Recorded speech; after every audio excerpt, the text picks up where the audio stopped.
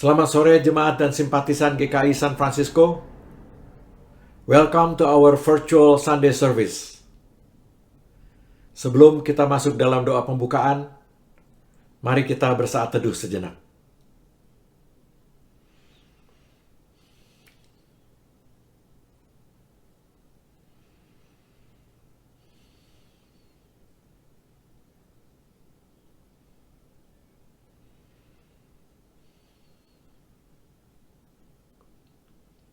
Mari kita berdoa. Bapa kami yang di surga, kami datang kembali ke hadirat-Mu. Terima kasih Tuhan atas penyertaan-Mu selama 1 minggu berlalu. Terima kasih atas kesehatan dan energi yang Kau berikan, walaupun kami masih berada di tengah-tengah coronavirus pandemic. Saat ini kami akan masuk dalam ibadah minggu. Siapkan hati, pikiran, dan konsentrasi kami ya Tuhan. Kami berdoa untuk firman-Mu yang sebentar akan disampaikan oleh Gembala Sidang kami, Pendeta Evangeline Pua. Biarlah Roh Kudus mengurapi beliau, menguasai pikiran dan perkataannya, agar firman Tuhan nanti sungguh dapat menguatkan iman dan meningkatkan kehidupan kerohanian kami. Kami serahkan keseluruhan ibadah sore hari ini ke dalam tangan Tuhan saja. In the name of Jesus Christ, our Lord and Savior, we pray. Amen. Mari kita bersama-sama menyanyikan lagu pembukaan.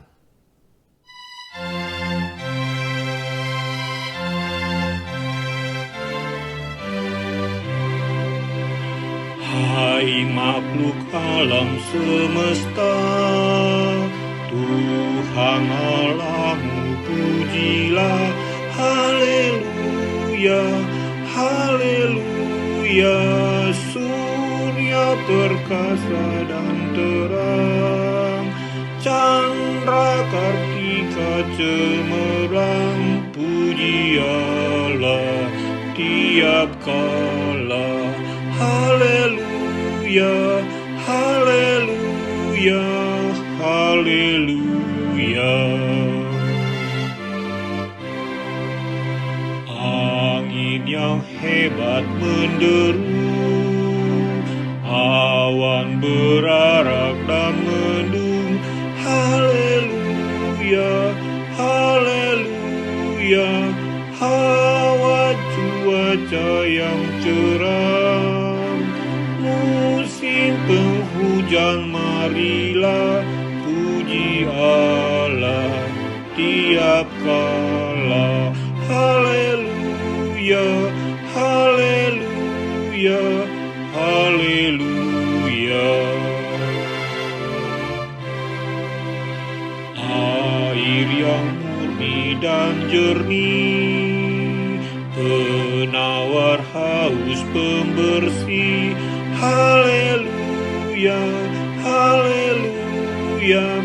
Api penghangat penyenang, gagah periang dan terang, puji Allah tiap kala.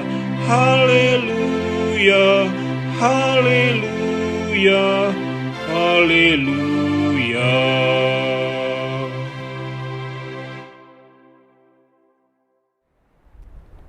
Saudaraku, Minggu tanggal 7 Juni 2020 ini menjadi minggu pertama setelah hari Pentakosta, hari Minggu Trinitas, hari di mana kita mau terus belajar, terkagum dan tergerak oleh karya Allah Bapa, Anak, dan Roh Kudus.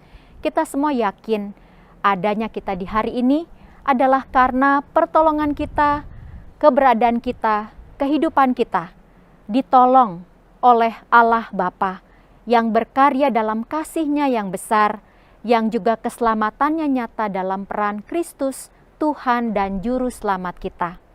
Kasih karunia dan damai sejahtera Allah Bapa serta persekutuan Roh Kudus beserta dengan kita semuanya. Amin.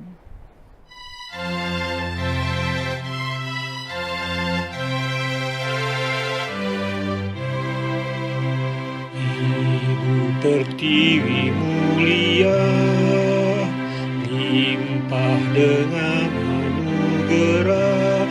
Haleluya, haleluya, bunga dan buah kau beri, puspa semarak berseri, puji Allah tiap kala. Haleluya, haleluya, haleluya. Kamu yang tabah bergelut, insan pengampun dan lembut. Haleluya, haleluya, damai menghias hatimu, mahkota surga bagimu, puji Allah tiap kala. Haleluya, haleluya, haleluya. Hai maut, kau bersamaku, tiada yang luput darimu. Haleluya, haleluya, alangkah berbahagia yang mati dalam Tuhannya, puji Allah tiap kala. Haleluya, haleluya, haleluya. Hai segenap saudaraku, pujilah Tuhan Allahmu. Haleluya, haleluya, abdi berhati mulia, ucapkan syukur padanya, puji Allah tiap kala. Haleluya, haleluya, haleluya.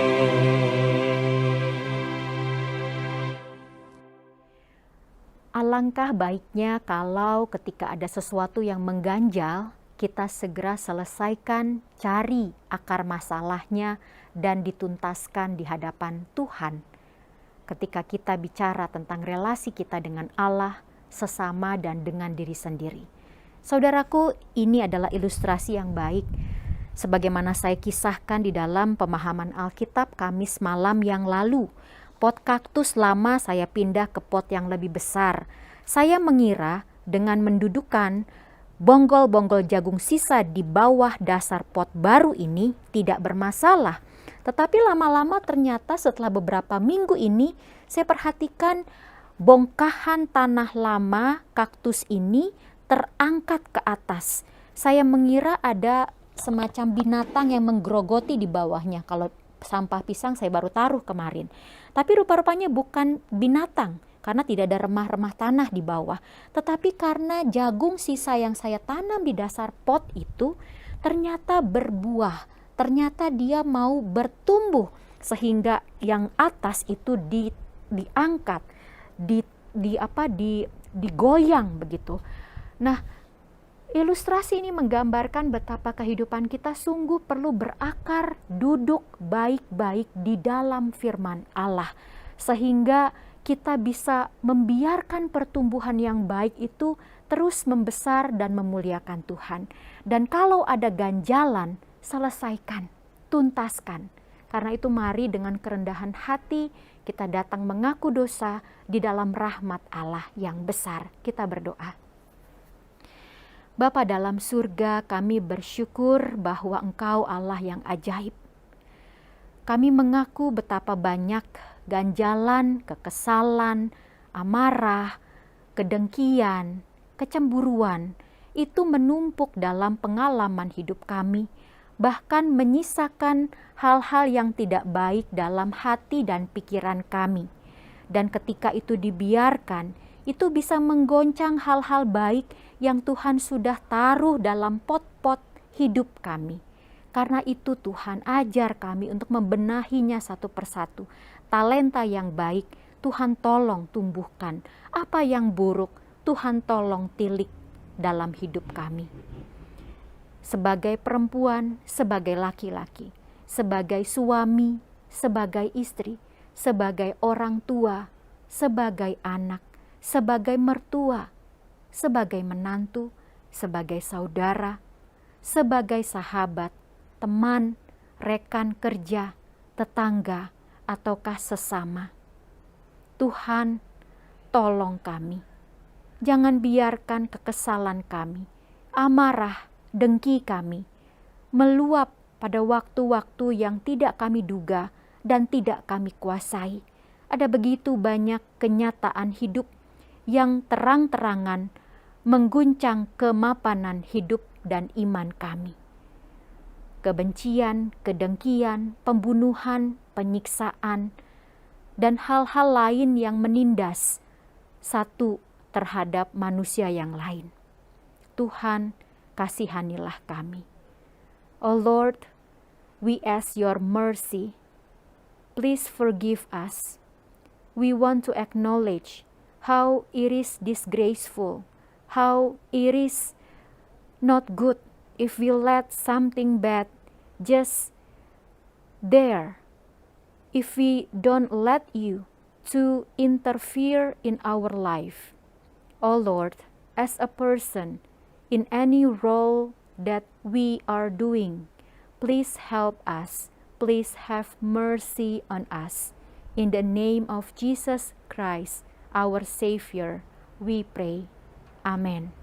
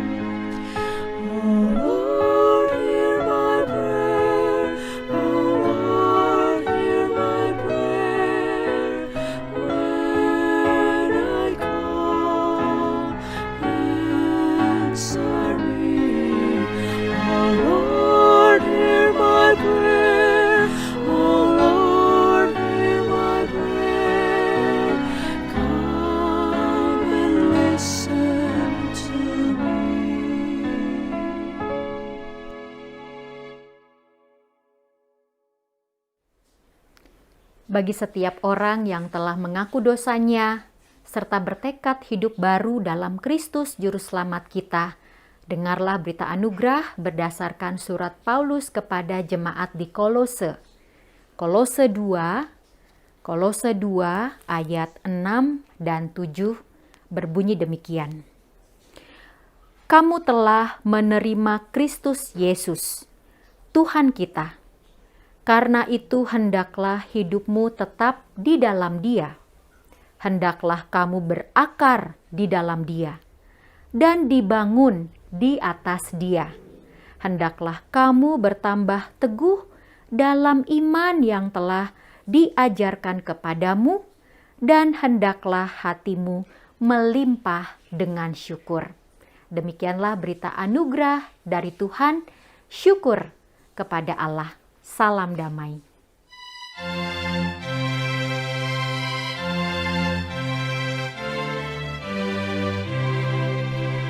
And all ye men of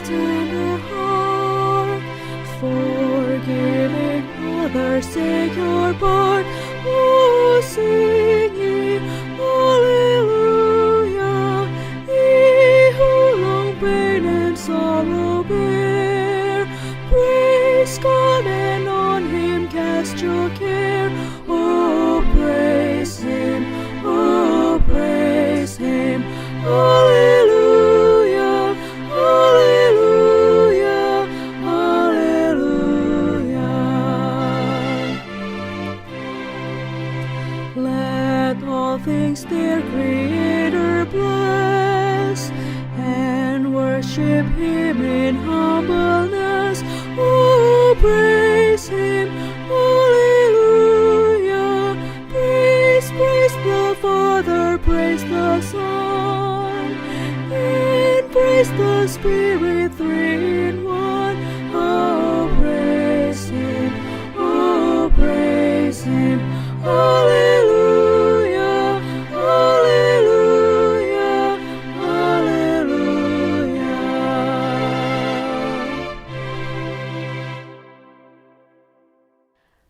Bapa yang Maha Baik, kami bersuka cita karena kami terkagum oleh kebesaran, kehadiran, dan karya-Mu di bumi, di semesta ini. Kami mau hidup dalam kebenaran firman-Mu. Gerakkan kami dengan Roh-Mu yang kudus, sehingga firman itu bukan hanya kami dengar, tetapi juga menggugah hati kami untuk berkarya, memberitakan Kristus, memberitakan kasih Bapa, memberitakan pemeliharaan Roh Tuhan yang kudus. Inilah doa kami, di dalam nama Tuhan Yesus kami berdoa. O Lord, our Heavenly Father, we come to you. We thank you for all the beauty and all the mighty works that you've been doing in this universe. Help us to not only listen to your word. May the risen Christ, may the creation of the Father, our God, and also the provision of the Holy Spirit help us to continuously proclaim the kingdom of God to the whole world.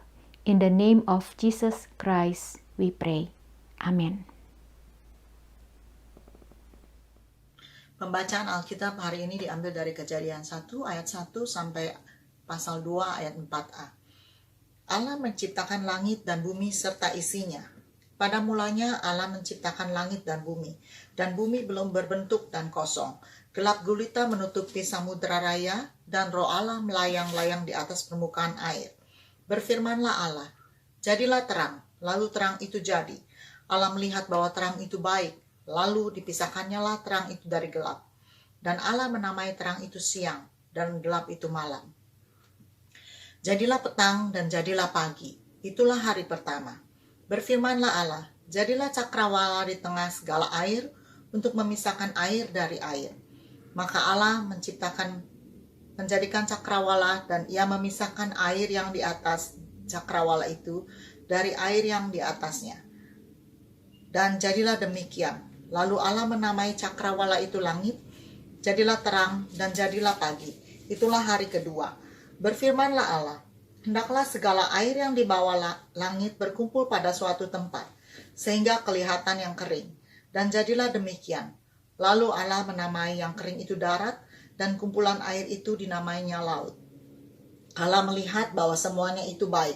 Berfirmanlah Allah, hendaklah tanah menumbuhkan tunas-tunas muda, tumbuh-tumbuhan yang berbiji, segala jenis pohon buah-buahan yang menghasilkan buah yang berbiji, supaya ada tumbuh-tumbuhan di bumi. Dan jadilah demikian. Tanah itu menumbuhkan tunas-tunas muda, segala jenis tumbuh-tumbuhan yang berbiji, dan segala jenis pohon-pohonan yang menghasilkan buah yang berbiji. Allah melihat bahwa semuanya itu baik. Jadilah petang dan jadilah pagi. Itulah hari ketiga. Berfirmanlah Allah, jadilah benda-benda penerang pada cakrawala untuk memisahkan siang dan malam. Biarlah benda-benda penerang itu menjadi tanda yang menunjukkan masa-masa yang tetap dan hari-hari dan tahun-tahun. Dan sebagai penerang pada cakrawala, biarlah benda-benda itu menerangi bumi. Dan jadilah demikian. Maka Allah menjadikan kedua benda penerang yang besar itu, yakni yang lebih besar untuk menguasai siang dan yang lebih kecil untuk menguasai malam, dan menjadikan juga bintang-bintang. Allah menaruh semuanya itu di cakrawala untuk menerangi bumi, dan untuk menguasai siang dan malam, dan untuk memisahkan terang dan gelap. Dan Allah melihat bahwa semuanya itu baik. jadilah petang, dan jadilah pagi. Itulah hari keempat. Berfirmanlah Allah, hendaklah dalam air berkeriap makhluk yang hidup, dan hendaklah burung berterbangan di atas bumi melintasi cakrawala. Maka Allah menciptakan binatang-binatang laut yang besar, dan segala jenis makhluk hidup yang bergerak, yang berkeriap dalam air, dan segala jenis burung yang bersayap. Allah melihat bahwa semuanya itu baik. Lalu Allah memberkati semuanya itu firman-Nya. Berkembang biaklah dan bertambah banyaklah, serta penuhilah air dalam laut, dan hendaklah burung-burung di bumi bertambah banyak. Jadilah petang dan jadilah pagi. Itulah hari kelima. Berfirmanlah Allah, hendaklah bumi mengeluarkan segala jenis makhluk yang hidup, ternak dan binatang melata, dan segala jenis binatang liar. Dan jadilah demikian. Allah menjadikan segala jenis binatang liar dan segala jenis ternak dan segala jenis binatang melata di muka bumi. Allah melihat bahwa semuanya itu baik. Berfirmanlah Allah, baiklah kita menjadikan manusia menurut gambar dan rupa kita, supaya mereka berkuasa atas ikan-ikan di laut dan burung-burung di udara dan atas ternak dan atas seluruh bumi dan atas segala binatang melata yang merayap di bumi. Maka Allah menciptakan manusia itu menurut gambarnya. Menurut gambar Allah diciptakannya lah dia, laki-laki dan perempuan, diciptakannya mereka. Allah memberkati mereka, lalu Allah berfirman kepada mereka, beranak cuculah dan bertambah banyak. Penuhilah bumi dan taklukkanlah itu. Berkuasalah atas ikan-ikan di laut dan burung-burung di udara, dan atas segala binatang yang merayap di bumi. Berfirmanlah Allah, lihatlah, aku memberikan kepadamu segala tumbuh-tumbuhan yang berbiji di seluruh bumi, dan segala pohon-pohonan yang buahnya berbiji. Itulah yang akan menjadi makananmu. Tapi segala binatang di bumi, dan segala burung di udara, dan segala yang merayap di bumi, yang bernyawa, kuberikan segala tumbuhan itu hijau menjadi makanannya. Dan jadilah demikian. Maka Allah melihat segala yang dijadikannya itu sungguh amat baik. Jadilah petang dan jadilah pagi. Itulah hari ke-6. Demikianlah diselesaikan langit dan bumi dan segala isinya.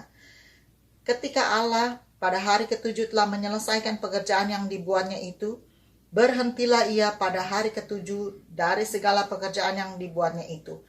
Lalu Allah memberkati hari ke-7 itu dan menguduskannya, karena pada hari ke-7 itulah ia berhenti dari segala pekerjaan penciptaan yang telah dilakukannya itu. Demikianlah riwayat langit dan bumi pada waktu diciptakan. Demikianlah firman Tuhan. Pembacaan Alkitab diambil dari Matius 28 ayat 16 sampai 20. Dan ke-11 murid itu berangkat ke Galilea, ke bukit yang telah ditunjukkan Yesus kepada mereka. Ketika melihat dia, mereka menyembahnya, tetapi beberapa orang ragu-ragu.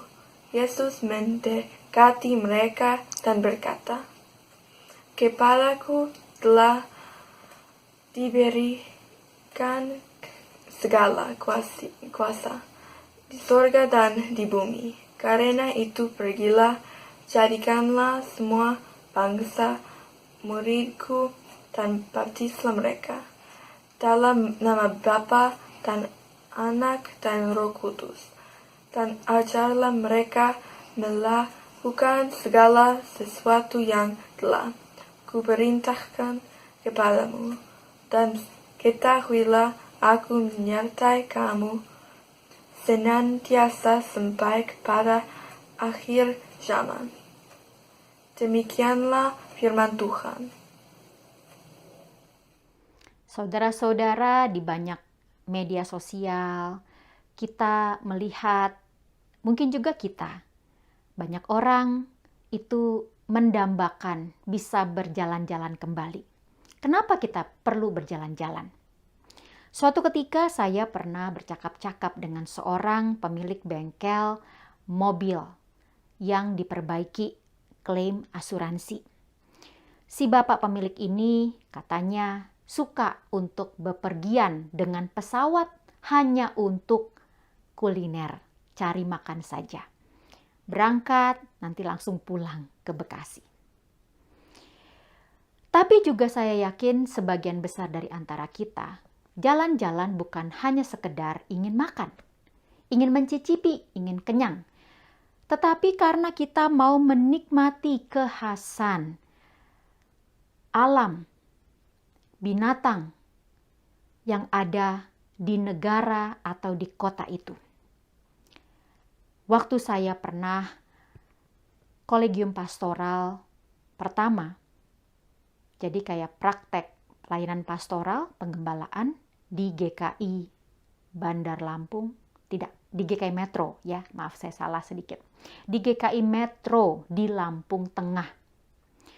Salah satu fungsionaris gereja di gereja itu mengajak saya ke Kambas, tempat dia juga bekerja.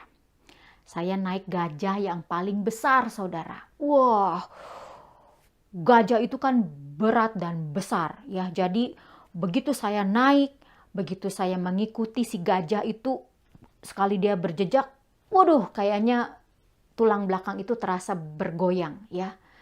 Ketika turun, saudara, untuk berdiri rapat saja saya agak kikuk karena sudah sekian menit terbiasa duduk di atas badan si gajah, apalagi tidak beralas waktu itu. Jadi saya langsung merasakan bulu-bulu si gajah itu yang kayak ijuk begitu ya, itu tajam-tajam di badannya. Atau misalnya ketika saudara bepergian ke Australia, pegang koala, kasih makan kanguru. Atau juga ketika saudara jalan-jalan ke Fisherman Wharf di downtown San Francisco, menikmati singa laut, anjing laut. Saudara-saudara, betapa indah kalau kita memikirkan, merenungkan, membayangkan ciptaan Tuhan. Tetapi pada hari ini, terima kasih pada Bu Sarah yang sudah membaca demikian panjangnya kitab Kejadian 1 ayat 1 sampai 2 ayat 4a. Kita melihat bahwa pada mulanya ketika Allah mau berfirman, Allah sedang menghadapi semesta yang chaos.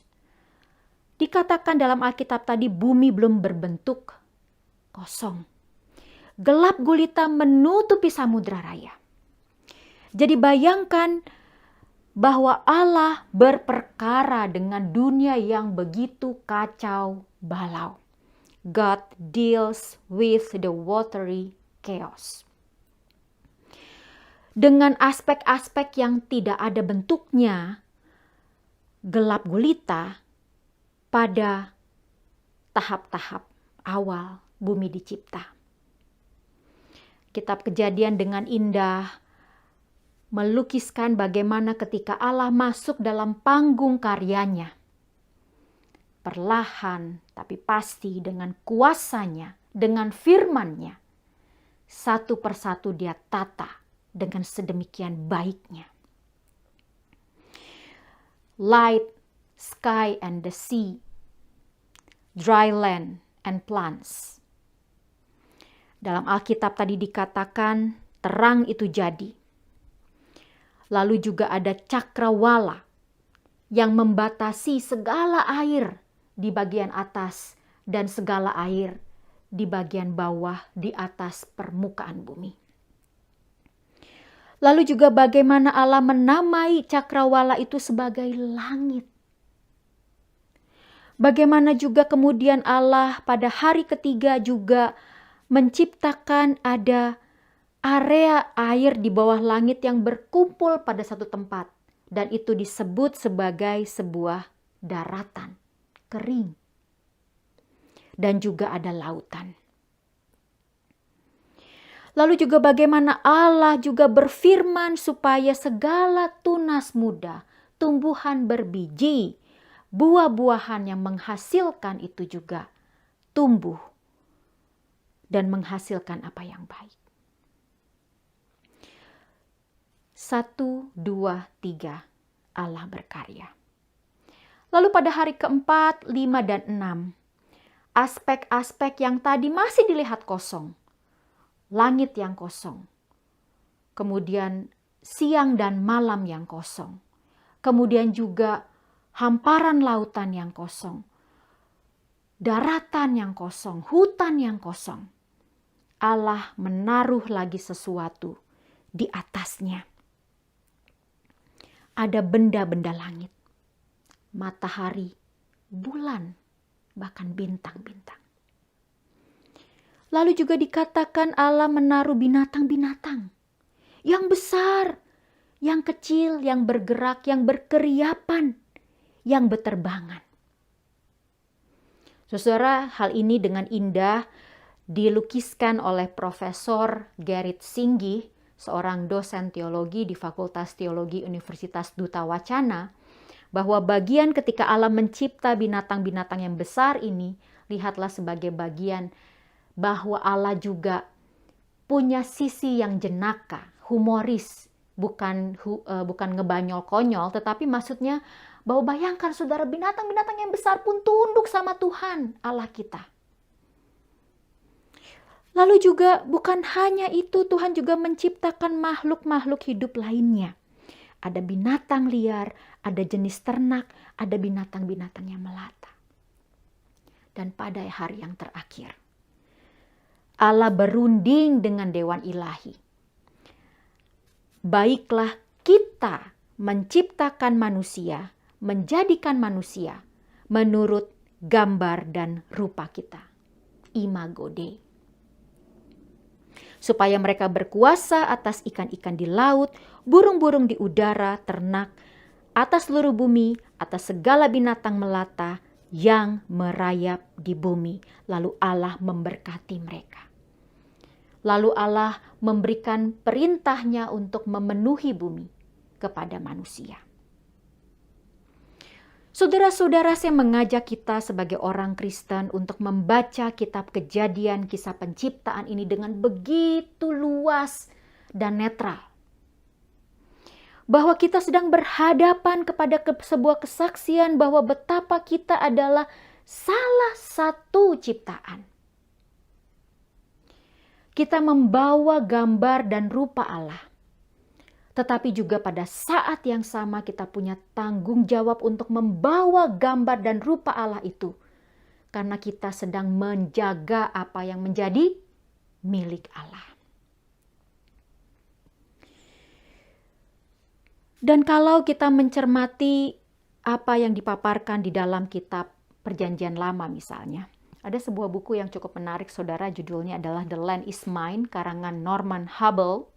Ya, tanah itu adalah milikku, daratan itu adalah milikku.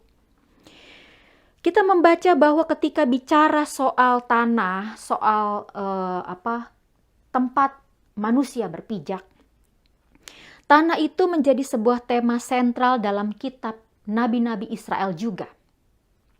Misalnya kalau kita perhatikan kitab Yeremia, tanah itu menjadi ideologi khas yang digambarkan di atas keburukan pemerintahan dunia. Kenistaan dunia perpolitikan pada zaman itu, khususnya pada masa-masa kejatuhan Yerusalem. Bahwa the land, tanah, daratan itu adalah yang tadinya memang tetap menghasilkan vegetasi, menghasilkan sesuatu yang berguna untuk dimakan bagi manusia, untuk bertani, untuk bercocok tanam, menjadi lapisan atas bumi, yang juga merujuk kepada beberapa realitas fisik, ada debu, ada batu-batu, ada pasir-pasir. Di atasnya juga adalah tempat manusia membangun rumah berteduhnya dan kota-kotanya, dan batas-batas negaranya, dan batas-batas wilayahnya, dan batasan dari lautan. The land is terra firma, batas yang tegas. Yahweh, Allah Yahweh, yang kita kenal dalam Allah Bapa, adalah satu-satunya pemilik dan penguasa mutlak. Dan di dalam kisah penciptaan kita lihat bagaimana Allah tidak mendistribusikan benda-benda langit atau tanaman-tanaman atau binatang-binatang itu kepada siapa manusia yang dia suka. Tidak. Tetapi Allah mendistribusikan semuanya itu, menaruh tanggung jawab itu kepada manusia. Jadi daratan atau tanah atau dataran ini dipandang sebagai perpanjangan istana, tempat sakral Allah di bumi. The extended sanctuary. Itulah sebabnya dengan indah Israel pada zaman perjanjian lama juga pada zaman Yesus kita melihat bagaimana mereka mengenal hukum Sabat. Mereka mengenal hari Sabat. Mereka juga mengenal tahun Sabat. Hukum Sabat, hari Sabat, tahun Sabat adalah momentum, adalah masa di mana tanah yang menjadi milik Allah itu, yang sudah diupayakan oleh manusia itu, yang boleh dikaryakan oleh manusia itu, dikembalikan lagi kepada Allah penguasa, pemilik mutlaknya. Dan bahkan di dalam kitab Imamat 25 ada sebuah tuntutan radikal bahwa tanah mesti berhenti dari segala bentuk pembajakan, dari segala bentuk cultivation, dari segala bentuk penyuburan atau pemetikan ya setiap 7 tahun. Kenapa? Keluaran 23 ayat 10 dan 11 dikatakan 6 tahun lamanya engkau menabur di tanahmu, mengumpulkan hasilnya, tetapi pada tahun ke-7 haruslah engkau membiarkannya dan meninggalkannya begitu saja, supaya orang miskin di antara bangsamu dapat makan. Dan apa yang ditinggalkan mereka haruslah dibiarkan dimakan binatang hutan, demikian juga kau lakukan dengan kebun anggurmu dan kebun zaitunmu. Justru jadi ketika kita membaca kisah penciptaan ini dalam penghayatan, kita terkagum akan karya Allah. Maka mari kita juga menempatkan posisi bahwa kita bukanlah siapa-siapa. Ya, kita adalah orang istimewa, punya gambar dan rupa Allah. Tetapi di situ karena ada tanggung jawab yang Tuhan titipkan kepada saya dan kepada saudara, kepada semua penguasa, kepada semua manusia. Bahkan ketika kita juga memperhatikan apa yang tadi tertuang di dalam kitab Matius 28 ayat 16 sampai 20, saudara-saudara, sebuah ayat yang sering kita katakan sebagai sebuah amanat agung. Tetapi mari kita lihat bahwa di sini dia tidak bicara tunggal tentang kristenisasi. Tentang mengejar bangsa-bangsa yang tidak kenal Tuhan, yang tidak beragama Kristen untuk tunduk kepada Kristus. Bukan itu yang semata-mata dibicarakan. Ada hal yang lebih luas lagi. Bahwa di sini kita bicara, kita belajar tentang pernyataan yang kuat. Bahwa di dalam penghayatan Injil Matius, inilah perintah terakhir sebelum Yesus naik ke sorga. Dalam penghayatan Injil Matius, seiring dengan pembukaan kitabnya dalam pasal 1, dalam Matius 1, silsilah Yesus, yang juga di dalamnya mencakup berbagai sisi latar belakang manusia, termasuk orang-orang yang dianggap tidak pantas dalam struktur budaya masyarakat Yahudi. Maksudnya Matius mau mengatakan bahwa kepada semua orang dan kepada seluruh dunia, Yesus menyatakan dia bangkit. Dan dia menitipkan tanggung jawab untuk meneruskan berita pembebasan itu kepada murid-muridnya, kepada mereka yang mengenal dia semasa dia hidup di antara mereka. Siapa Yesus, saudara? Yesus, jangan lupa, adalah figur, adalah pribadi yang begitu radikal. Apa warna kulitnya? Coklat. Apa bangsanya saat itu? Seorang Yahudi. Seorang Yahudi yang berkulit coklat ini jelas menyatakan keberpihakannya kepada keadilan dan bela rasa Allah. Dia memberikan sebuah visi yang jelas, yang waktu itu memang radikal karena dia merombak segala sistem, segala kekuasaan yang ada tentang kasih Allah. Dia memberikan sebuah analisa baru, sebuah cara hidup baru tentang kuasa yang benar.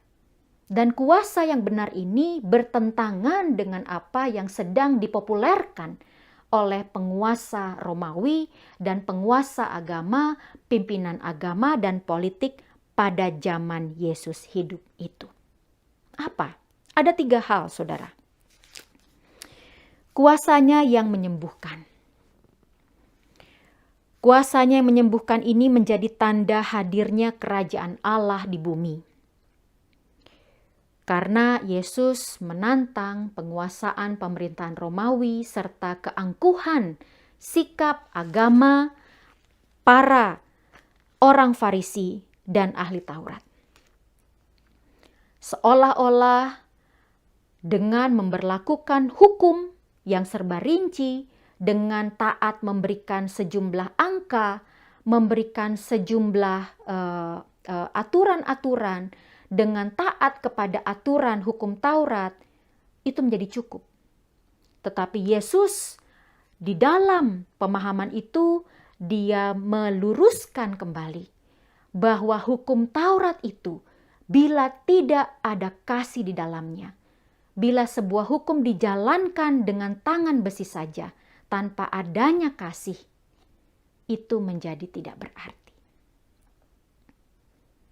Karena tidak ada seorang pun yang dapat menghalangi manusia siapapun dia untuk menikmati Allah yang memelihara.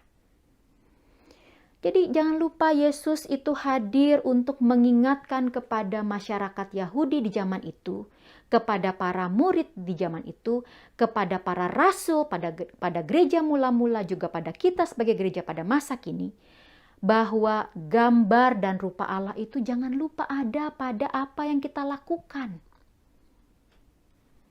Bukan hanya ada pada apa yang kita berikan dalam bentuk persembahan, dalam bentuk devosi atau dalam bentuk penyembahan kepada Tuhan, dengan taat untuk hadir ataukah tidak hadir dalam sebuah kegiatan, tetapi dalam segala aspek hidup perilaku kita juga. Kuasa Yesus menyembuhkan orang dari kejahatan iblis. Kuasa Yesus juga menyembuhkan dari segala sakit penyakit. Karena Yesus mengatakan penyembuhan itu mesti terjadi seutuhnya, bukan hanya fisik saja, raga saja, tetapi juga hati, pikiran yang tertuju kepada Allah. Lalu yang kedua, otoritas Yesus, kuasa Yesus adalah kuasa sebagai anak manusia. Sebagai anak manusia maksudnya adalah bahwa dia adalah putra tunggal Allah, bahwa dia juga memang adalah Allah, tetapi jelas bahwa dengan kehadiran Yesus sebagai anak manusia, dia menyatakan bahwa pengampunan dosa itu nyata dan bisa terjadi pada saat itu juga. Dia mau mengingatkan bahwa kedatangan dia sebagai anak manusia itu menekankan kerajaan Allah bukan sebuah gagasan yang ada di awang-awang, tetapi adalah sebuah pemberlakuan keadilan kasih seketika itu juga. Dia menyatakan bahwa penghakiman itu sudah cukup. Sekali dan satu kali saja. Matius 16 ayat 24 sampai 27, saudara. Matius 16 ayat 24 sampai 27. Mengatakan lalu Yesus berkata kepada murid-muridnya, setiap orang yang mau mengikut aku, ia harus menyangkal dirinya, memikul salibnya dan mengikut aku. Karena barang siapa mau menyelamatkan nyawanya, ia akan kehilangan nyawanya. Tetapi barang siapa kehilangan nyawanya karena aku, ia akan memperolehnya. Apa gunanya seorang memperoleh seluruh dunia, tetapi kehilangan nyawanya? Dan apakah yang dapat diberikannya sebagai ganti nyawanya? Sebab anak manusia akan datang dalam kemuliaan Bapanya, diiringi malaikat-malaikatnya. Pada waktu itu ia akan membalas setiap orang menurut perbuatannya. Jadi saudara-saudara, apa yang bisa kita pelajari di sini? Penghakiman itu datang terjadi hanya satu kali. Dan di dalam Yesus disalibnya itu sudah cukup terjadi. Kita memang butuh hukum, kita juga perlu taat hukum. Tetapi jangan sampai hukum itu menjadi sebuah senjata untuk mengangkat pedang, menghilangkan nyawa atas orang lain yang juga kepadanya Tuhan menebusnya. Lalu yang ketiga, Yesus juga menunjukkan bahwa dia mengajar. Karena Yesus sendiri menjadi sumber segala perintah yang kita manusia taati. Karena Yesus menafsirkan kembali Taurat dan ajaran nabi-nabi di dalam jalan yang menumbuhkan keadilan dan belas kasih Allah. Itulah sebabnya saudara-saudara di dalam penghayatan Matius 28 ayat 16 sampai 20 ini. Perintah untuk memberitakan Injil. Ingatlah bahwa kepada kita sebagai murid di masa kini, bersama dengan ke-11 murid yang berangkat ke Galilea pada saat Yesus dalam pemberitaan Matius ini, kita sedang menyaksikan bahwa Allah mempercayakan kepada kita untuk meneruskan apa yang Yesus sendiri sudah lakukan selama dia hadir di bumi ini. Bahwa Allah dalam Yesus adalah Dia yang berpihak pada mereka yang tertindas. Tertindas karena apa? Tertindas karena kejahatan dan penyimpangan kekuasaan yang sistemik. Yang artinya dengan kekuatan sendiri sulit untuk melepaskannya. Dalam bahasa Alkitab ada bentuknya misalnya zaman Israel di tengah pembuangan di Babel, seperti yang menjadi latar belakang kisah penciptaan atau kitab Kejadian. Juga adanya tekanan Romawi seperti yang juga yang dihadapi oleh zaman Yesus pada saat itu. Juga ada keangkuhan pemimpin agama. Dan ingat saudara, bahkan di dalam Alkitab, bisa tebakkah saudara ada berapa banyak sebutan tentang orang miskin? Ada sekitar 2000 ayat Alkitab yang menyebut tentang orang miskin. Ini berarti Allah berpihak kepada mereka yang miskin. Bukan hanya miskin karena uang, duit, tenaga, dana, tetapi juga mereka yang miskin karena sistem yang mengekang kehidupan kita.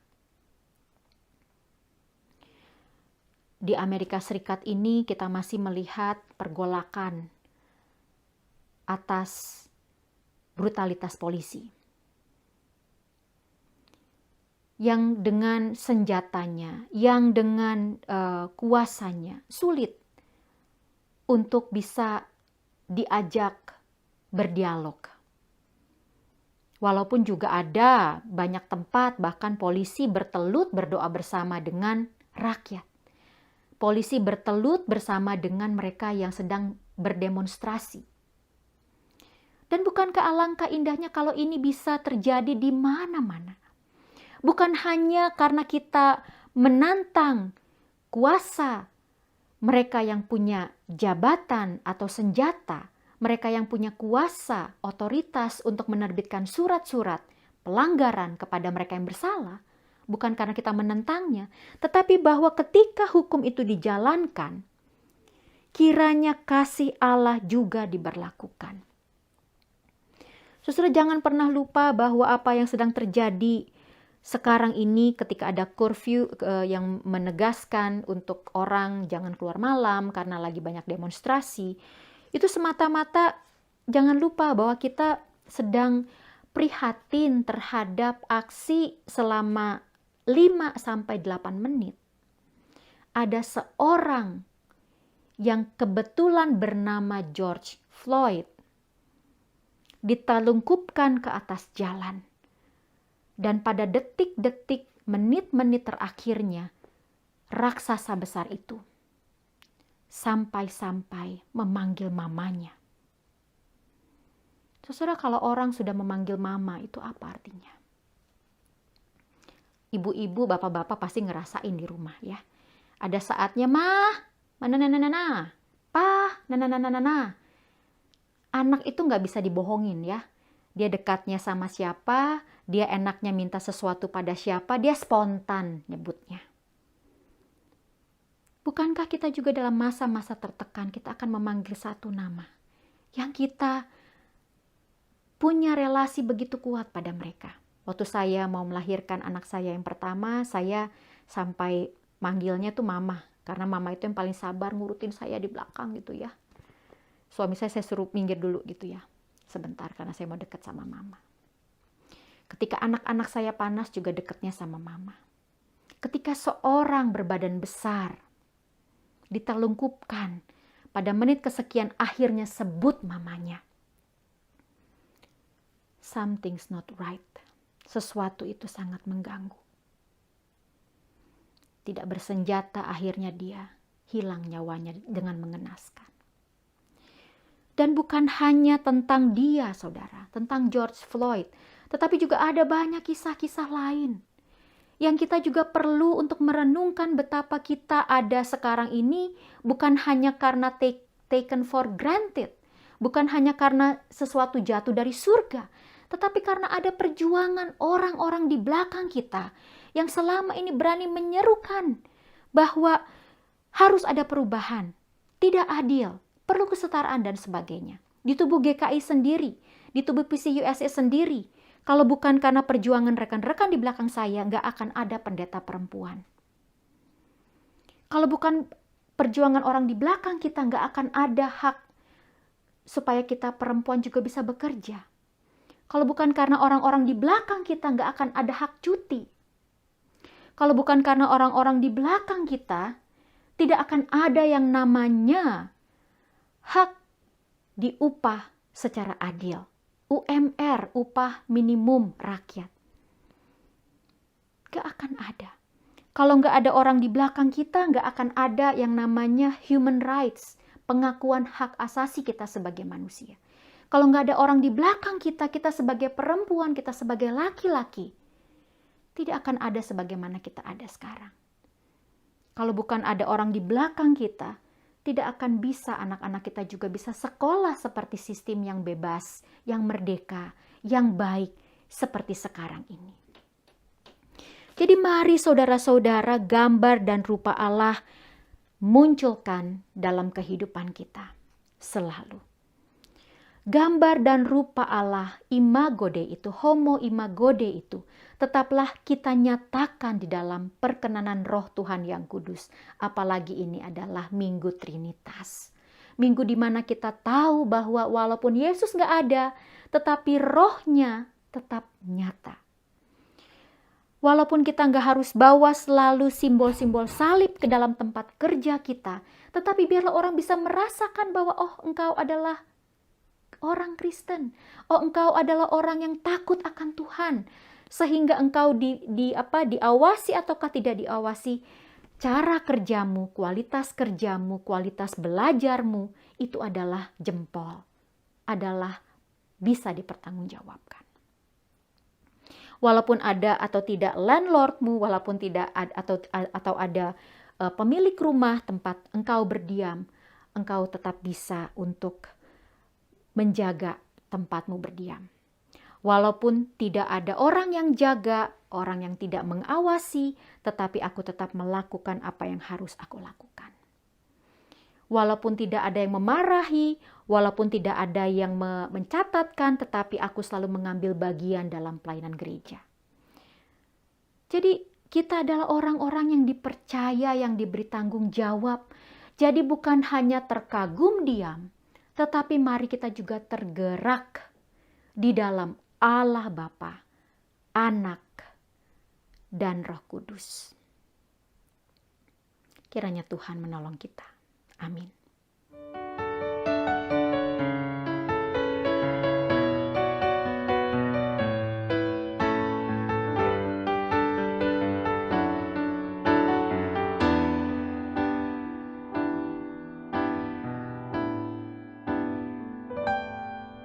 Tuhan tak pernah janji langit selalu biru, tetapi Dia berjanji selalu menyertai.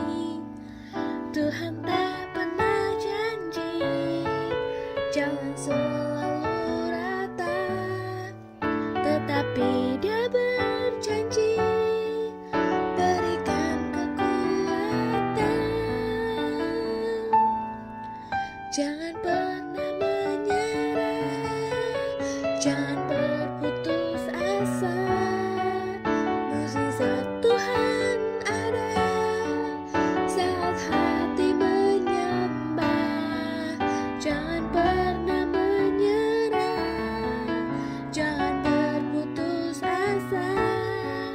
Mukjizat Tuhan ada bagi yang setia dan percaya.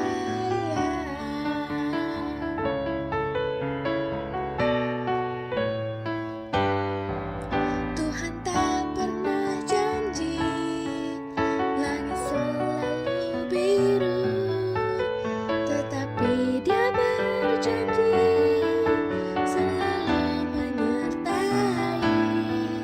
Tuhan tak pernah janji jalan selalu rata, tetapi Dia berjanji berikan kekuatan.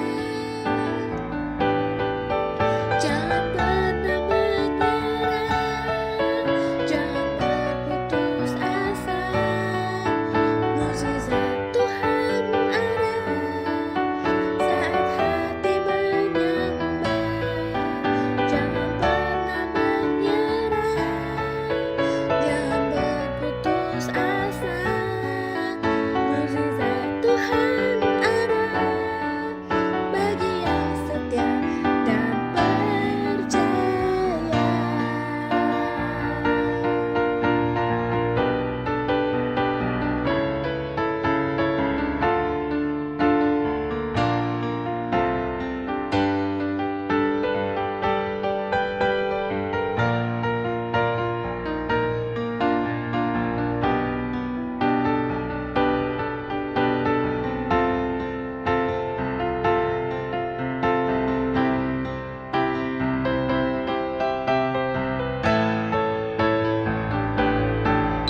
Jangan pernah menyerah, jangan berputus asa.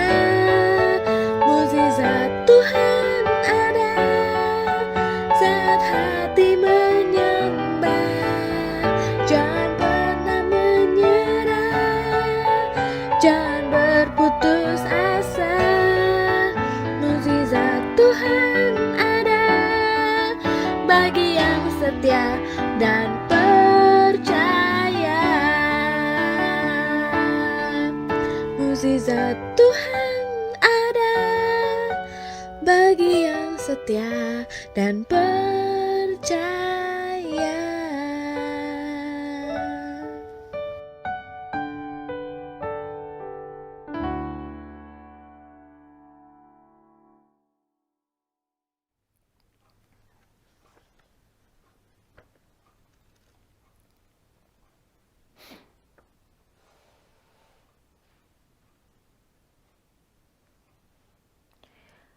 Saudara-saudara, perjamuan kudus ini tersedia bagi setiap orang yang telah mengaku percaya akan keselamatan dalam Kristus Yesus dan berkenan untuk senantiasa membawa tanda-tanda hidup baru dalam kehidupannya.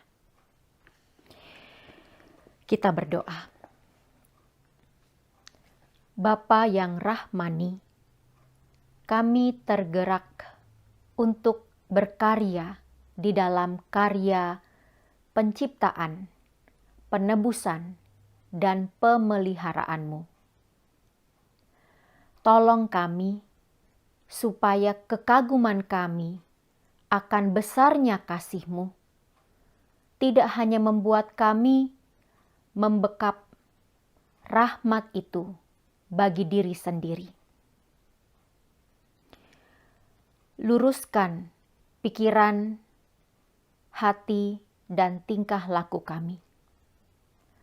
Teguhkan kehidupan kami, agar penebusan-Mu, karya dan kasih-Mu tidak sia-sia. Dalam Kristus Yesus, Tuhan dan Juru Selamat kami berdoa. Amin. Saudara-saudara, angkatlah hatimu kepada Tuhan.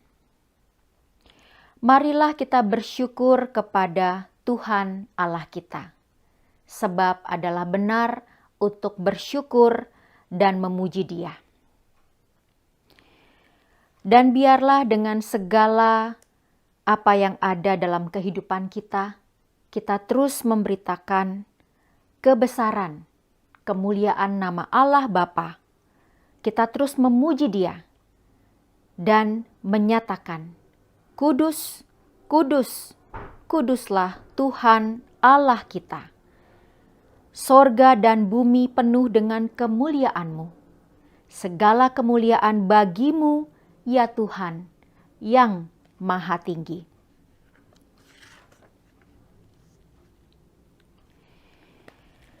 Saudara-saudara, kita meyakini bahwa pada malam sebelum Yesus diserahkan, bersama dengan murid-muridnya, Yesus bersekutu, mengingatkan kepada mereka untuk terus berhimpun dan memberitakan karya keselamatan Allah kepada dunia. Menyatakan pengampunan seorang terhadap yang lain. Menyatakan bela rasa kepada sesama, khususnya bagi mereka yang memerlukannya. Dan pada malam itu, Yesus mengambil roti, mengucap syukur atasnya, dan memecah-mecahkannya, lalu berkata, ingatlah bahwa tubuh Kristus telah diserahkan bagi keselamatan dunia. Ingatlah akan Dia, Kristus Tuhan dan Juru Selamat kita.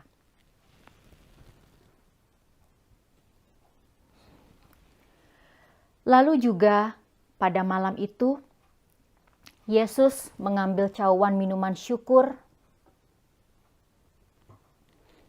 menuangkan anggur ke dalamnya.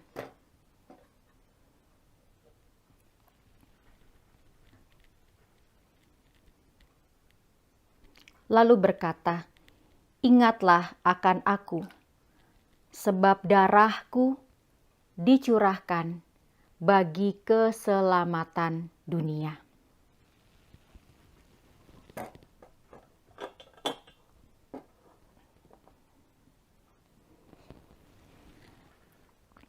Saudara-saudara, oleh karena itu, ambillah. Ingat dan percayalah bahwa tubuh Tuhan kita, Yesus Kristus, telah diserahkan bagi keselamatan dunia. Makanlah.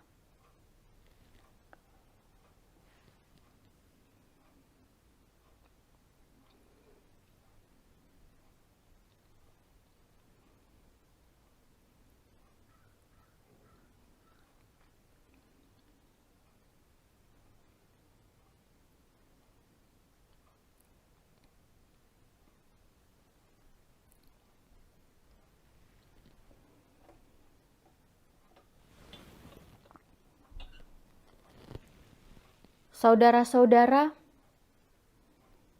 ingat dan percayalah bahwa darah Tuhan kita, Yesus Kristus, telah dicurahkan bagi keselamatan dunia, bagi saudara dan saya. Minumlah.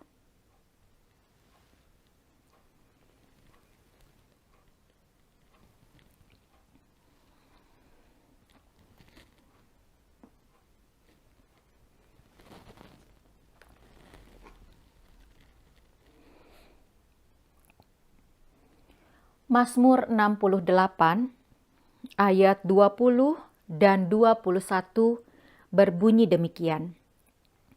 Terpujilah Tuhan, hari demi hari Ia menanggung bagi kita.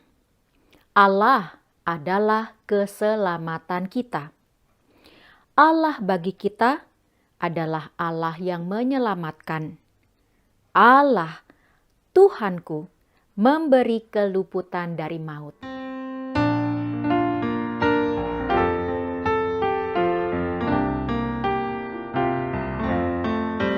Lord Jesus, I long to be perfectly whole. I want Thee forever to live in my soul. Break down every idol, cast out every foe. Now wash me and I shall be whiter than snow. Whiter than snow, yes, whiter than snow. Now wash me and I shall be whiter than snow.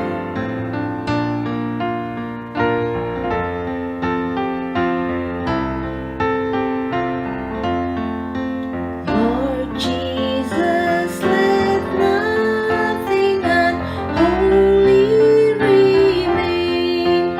Apply Thine own blood and extract every stain. To get this blessed cleansing, I all things forgo. Now wash me and I shall be whiter than snow. Whiter than snow, yes, whiter than snow.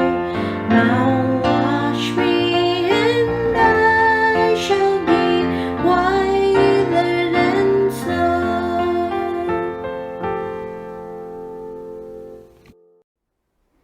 Mari saudara, kita berdoa. Kami bersyukur Bapa untuk kasih sayang-Mu dalam hidup kami. Bahwa kami diberi emosi, kami diberi nalar dan logika untuk melihat betapa Tuhan kaya dalam mengasihi dunia milik-Mu ini. Kami bersyukur bersama dengan segala hari yang ditetapkan secara internasional dan nasional, sehingga kami punya banyak momentum untuk merayakan kebesaran Tuhan dalam kemanusiaan, kesetaraan, keadilan, dan distribusi sumber-sumber daya alam. Begitu juga dengan Hari Lingkungan Hidup Sedunia. Juga ketika kami terenyuh bersama atas brutalitas atau kekerasan yang dilakukan oleh orang-orang yang tidak bertanggung jawab. Mereka yang mengemban peran untuk menjaga keamanan, memegang senjata, borgol, kunci-kunci, jeruji besi. Atau mereka yang memegang palu pada bagian hukum dan pengadilan. Atau mereka juga yang menentukan arah dalam pengambilan keputusan setiap negara bagian, negara, atau juga pemerintahan sedunia. Tuhan, sebagai bagian dalam perjalanan Amerika Serikat, juga sebagai bagian sebagai orang Indonesia, sebagai bagian umat Tuhan, Kami mau belajar apa yang Tuhan bilang tentang keadilan kerajaan Allah. Kami tahu bahwa kami harus membedakan negara dan juga gereja. Tetapi biarlah nilai-nilai Kristus yang adil, penuh dengan bela rasa, penghiburan dan pemeliharaan di dalam karya Roh-Mu yang kudus. Itu membuat kami punya nilai yang tersendiri, yang dapat kami munculkan dalam sikap tindak tanduk kami untuk mengambil keputusan, untuk bereaksi, dan untuk bertindak dalam segala sisi hidup yang Tuhan perkenankan. Karena itu tolonglah supaya gerakan keadilan, kasih, perdamaian, dan keutuhan ciptaan tetap mampu ditegakkan. Kami juga mau berdoa bersama dengan mereka yang merayakan hari ulang tahun mereka, yang merayakan hari pernikahan mereka, yang merayakan selesainya proses pengobatan, yang merayakan kesembuhan, yang merayakan segala kesuksesan yang juga di dunia diukur sebagai sebuah hal yang membuat bahagia. Tuhan Yesus, biarlah di tengah-tengah ucapan syukur ini, kami tetap membuka hati untuk berkarya sesuai dengan apa yang Tuhan mau. Karena itu pimpinlah kekasih-kekasih kami ini untuk terus kuat dan rajin dan tekun untuk menjadi pemberita Kristus, kerajaan Allah di tengah dunia ini. Bersama juga dengan mereka yang sedang sakit, dalam proses berobat, dalam proses sesudah CT scan, dalam proses sebelum CT scan, dalam proses mau mulai bekerja, dalam proses ketika mereka juga mesti memeriksakan sesuai dengan prosedur kesehatan tertentu, atau juga mereka yang bahkan punya penyakit menahun dan juga harus terus bergumul tentang kesehatan berbagai hal dalam aspek hidup mereka. Tuhan, biarlah mereka selalu kuat, sabar, dan juga mendengar apa yang menjadi saran medis, sambil juga tetap tekun dalam ajaran firman Tuhan, sehingga mereka tahu bahwa hidup mereka adalah sebuah rahmat dan kasih karunia, sehingga mereka dapat terus bersaksi. Kami juga berdoa bersama dengan orang tua kami, mereka yang tinggal di nursing home, mereka yang juga masih bisa mandiri, mereka yang juga masih dirawat oleh asisten tertentu atau anak-anak keluarga mereka, baik yang baru saja selesai berobat atau juga yang istirahat saja. Tuhan, tolonglah supaya keluarga mereka juga selalu bersyukur dan segar dan kaya di dalam kemurahan Tuhan. Kami juga mau berdoa bersama dengan anak-anak, dengan orang tua, dengan keluarga muda, mereka yang sedang mengandung janin dalam rahim-rahim mereka, mereka yang menantikan kelahiran anak, mereka yang juga menunggu datangnya orang tua untuk membantu dan mendampingi proses kelahiran dan juga pengasuhan bayi-bayi ini. Tuhan, biarlah keluarga ini juga tetap punya kekuatan, punya keteguhan untuk membesarkan anak-anak mereka sebagaimana yang Tuhan perintahkan. Jauhkan segala mara bahaya, jauhkan segala hal-hal yang tidak membangun. Biarlah mereka tetap gemuk dan segar di dalam kemurahan dan firman Tuhan. Kami juga berdoa bersama dengan orang-orang muda atau mereka yang juga sedang resah atau juga berpikir bagaimana bisa untuk melangsungkan kegiatan pertunangan atau juga pernikahan mereka dalam masa-masa social distancing ini, dalam masa-masa harus tetap terjadi pembatasan sosial berskala besar.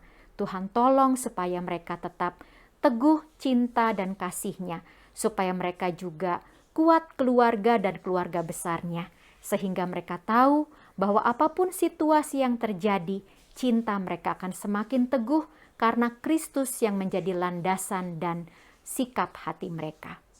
Dan biarlah sesuai dengan penghayatan minggu ini, Trinitas atau hari Minggu Trinitas, di mana kami mengenang dan membesarkan dan merayakan Allah Bapa, Anak dan Roh Kudus, itu mendorong gereja-gereja Tuhan untuk bersuara, memberitakan keadilan, damai sejahtera, perdamaian, dan keutuhan ciptaan. Sehingga apa yang kami bisa lakukan, tetap kami lakukan di dalam kemurahan dan belas kasih Tuhan. Pimpin GKI San Francisco, pimpin semua program kerjanya, pimpin juga gereja-gereja lainnya, sehingga sungguh dalam dunia kami tetap beriman kepada Tuhan. Sempurnakan ya Bapa doa kami sesuai dengan doa yang Tuhan ajarkan kepada kami. Demikian.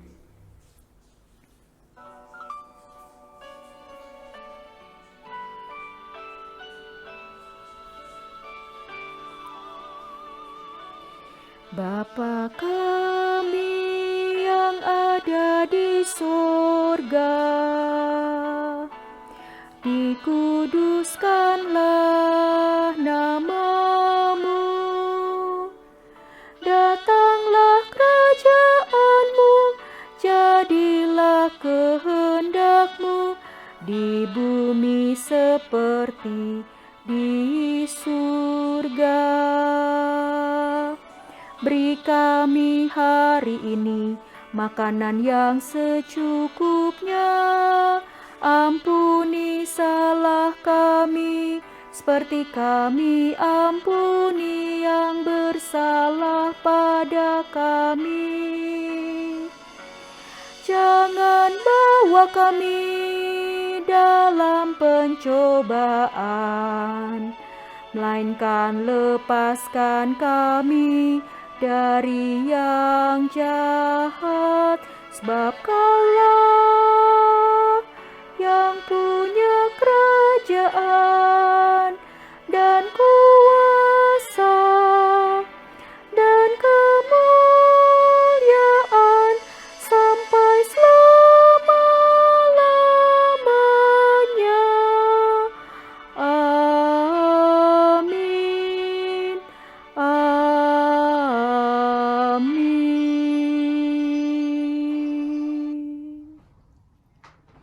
Jemaat GKI San Francisco yang dikasihi oleh Tuhan kita Yesus Kristus, saya undang kita semua bangkit berdiri.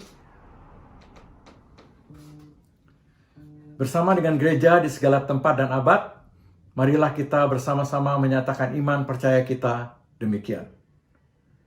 Aku percaya kepada Allah, Bapa yang Maha Kuasa, Khalik langit dan bumi, dan kepada Yesus Kristus, anaknya yang tunggal Tuhan kita, yang dikandung daripada Roh Kudus, lahir dari anak darah Maria, yang menderita sengsara di bawah pemerintahan Pontius Pilatus, disalibkan, mati dan dikuburkan, turun ke dalam kerajaan maut.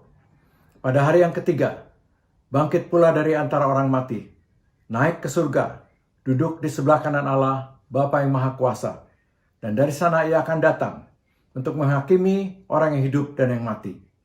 Aku percaya kepada Roh Kudus, gereja yang kudus dan am, persekutuan orang kudus, pengampunan dosa, kebangkitan orang mati, dan hidup yang kekal.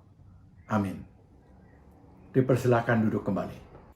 Bagi jemaat yang membutuhkan konsultasi pastoral, dapat menghubungi majelis atau pendeta Evangeline Pua melalui email session@gkisf.org. Majelis Jemaat juga ingin mengucapkan selamat kepada jemaat yang merayakan hari ulang tahun, anniversary, ataupun peristiwa penting lainnya. Oleh karena itu, sebagai ucapan syukur kepada Tuhan, jemaat dapat memberikan persembahan melalui Thanksgiving ke nomor 415-532-2225. Persembahan dapat diberikan juga secara online di website berikut ini. Jemaat juga dapat menulis cek dan mendepositkannya ke Bank of America atas nama GKI San Francisco. Persembahan dapat juga dilakukan dengan transfer ke rekening Bank of America atas nama GKI San Francisco. Routing number dan nomor account telah dicantumkan di WhatsApp grup GKI San Francisco. Dalam masa shelter in place ini, Majelis Jemaat ingin mengajak Anda sekalian untuk bergabung dengan kami dalam kegiatan-kegiatan berikut ini. Setiap Senin malam diadakan doa bersama mulai pukul 8:30 malam sampai dengan 9:30 malam. Pemahaman Alkitab diadakan setiap hari Kamis malam dari pukul 8:30 sampai 8:30 malam. Youth Fellowship diadakan pada hari Sabtu jam 8 malam sampai dengan 9 malam. Untuk informasi lebih lengkap mengenai kegiatan-kegiatan berikut ini, Anda dapat melihatnya di WhatsApp Group GKI San Francisco. Kami juga mengundang jemaat untuk menghadiri Virtual Social Hall yang diadakan setelah ibadah ini selesai. Sekian warta pada hari ini. Terima kasih atas perhatian jemaat sekalian. Sampai jumpa minggu depan di channel dan jam yang sama. Stay healthy, stay safe. Tuhan memberkati.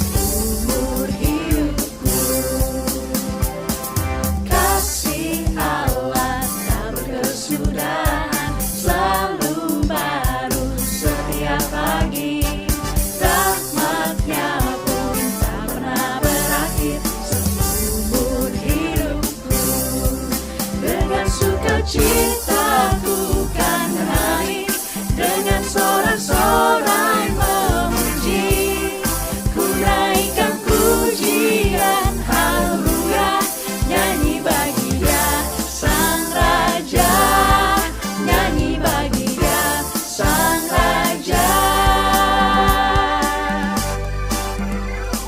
Kasih Allah tak berkesudahan, selalu baru setiap pagi. Rahmat-Nya pun tak pernah berakhir seumur hidupku. Dengan sukacitaku kan naik, dengan sorak-sorai memuji, ku naikkan pujian haleluya, nyanyi bagi Dia Sang Raja, nyanyi bagi Dia Sang Raja.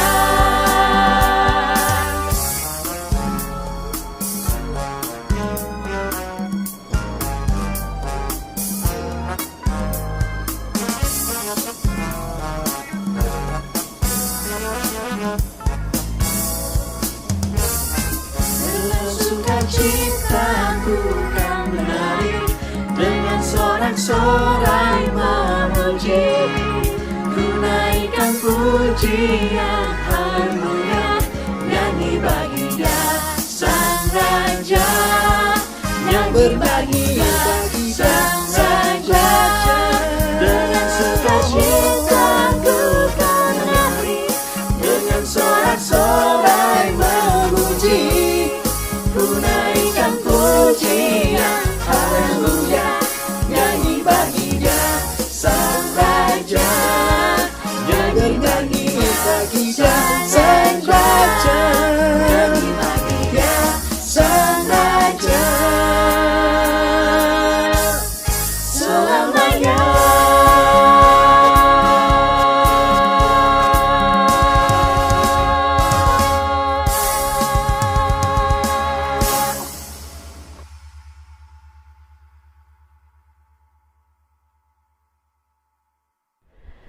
Jika pada kita ditanyakan apa yang akan kita beritakan kepada dunia yang tengah dirundung kemalangan karena pandemi COVID-19 yang belum juga selesai, dunia yang juga tengah menyaksikan gejolak banyak warga masyarakat Amerika Serikat yang sedang menyuarakan keberatannya, keberpihakannya kepada keadilan, menentang brutalitas, bentuk-bentuk anarkis yang dilakukan oleh siapa saja, termasuk mereka yang memangku jabatan dan kekuasaan.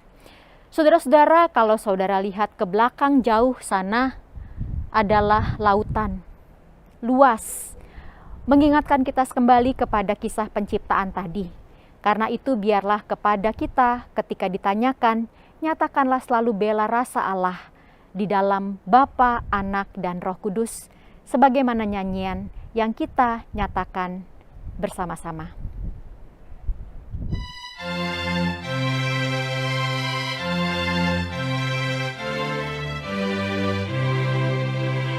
Hai makhluk alam semesta, Tuhan Allahmu pujilah, haleluya, haleluya. Surya perkasa dan terang, candra kartika cemerlang, puji Allah tiap kala. Haleluya, haleluya, haleluya.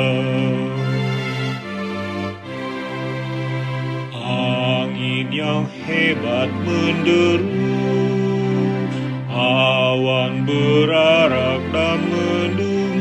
Haleluya, haleluya. Hawa cuaca yang cerah, musim penghujan marilah, puji Allah tiap kala. Haleluya, haleluya, haleluya.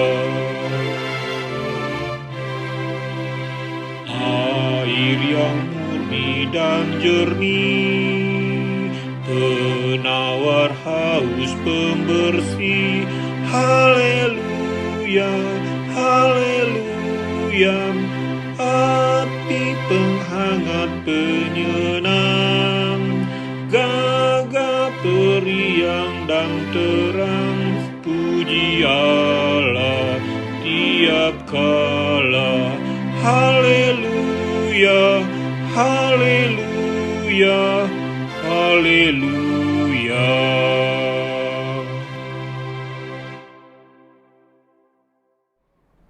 Terkagum dan tergerak di dalam Allah Bapa, Anak, dan Roh Kudus. Saudara-saudara, di belakang saya adalah tanaman hydrangea. Kembangnya cantik, dan menurut teman-teman yang pernah memberikan bunga ini kepada saya secara pribadi, 3 orang yang berbeda, dari kesimpulan kisah mereka, kabarnya tanaman hydrangea ini cocok kalau ditanam di dekat dapur. Sebab air dari cuci piring kita juga mudah untuk menjadi kesegaran bagi tanaman hydrangea yang memang senang air ini. Saudara-saudara, bukankah demikian juga kehidupan kita? Kita sulit untuk jauh dari air hidup dalam Kristus, yang juga penghiburannya kita rasakan dalam peran Roh Kudus. Karena itu kebaktian Minggu Trinitas ini biarlah berlanjut dalam kehidupan kita setiap hari. Tetaplah arahkan hati saudara kepada Tuhan Allah Bapa, menjadi saksi Kristus dimanapun saudara berada, dan terimalah berkat-Nya. Anugerah dan damai sejahtera dari Allah Bapa, kasih Tuhan Yesus Kristus, dan persekutuan Roh Kudus menyertai saudara dari sekarang sampai selama-lamanya. Haleluya, amin.